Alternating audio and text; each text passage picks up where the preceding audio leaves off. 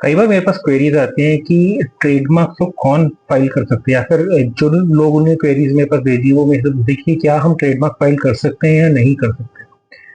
तो hello friends, मैं हूं कार्तिक कुमार अग्रवाल एडवोकेट और आप देख रहे हैं मेरे चैनल भारतीय लॉ। ये एक मैं सीरीज बना रहा हूँ ट्रेडमार्क के ऊपर, जो मेरे पास क्वेरीज आती हैं कि इनको मैं एक बार में एड्रेस कर पाऊँ।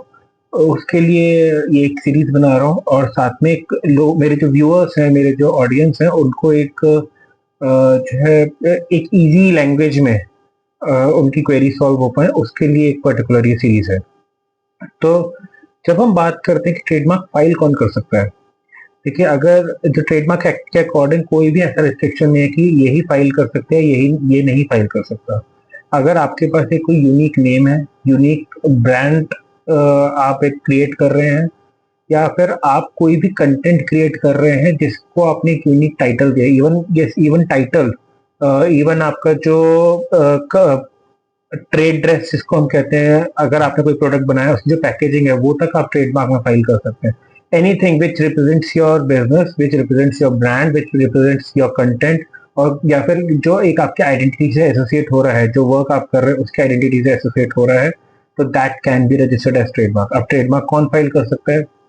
Obviously the companies can file. जो बड़ी कंपनीज है वो फाइल कर सकती हैं, छोटी कंपनीज फाइल कर सकते हैं, एमएसएमई, स्टार्टअप्स, या कोई एक बिजनेस स्टार्ट हो रहा है वो भी फाइल कर सकते हैं ट्रेडमार्क। Individuals can file. अगर आपका एक लेट से फेसबुक पेज है, यूट्यूब चैनल है, आप उनका भी ट्रेडमार्क करवा सकते हैं, उनके लेआउट का ट्रेडमार्क करा सकते हैं, उसके ऊपर जो आप कंटेंट अपलोड कर रहे हैं उसका ट्रेडमार्क और कॉपीराइट दोनों हो सकता है। देन उस पेज का नाम आप कर सकते हैं, टैगलाइन आप प्रोटेक्ट कर सकते हैं। तो each and everything can come under trademark which represents your brand, which represents your the identity of the work which you are doing.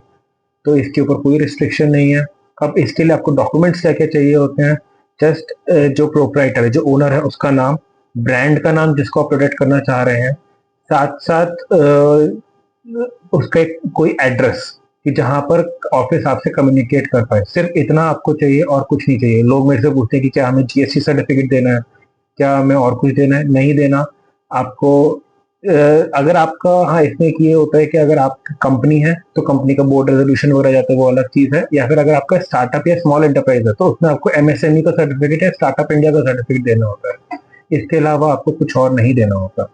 तो I hope you like this video. अगर आपका कोई भी डाउट हो तो please do leave them in the comment section below. Thank you.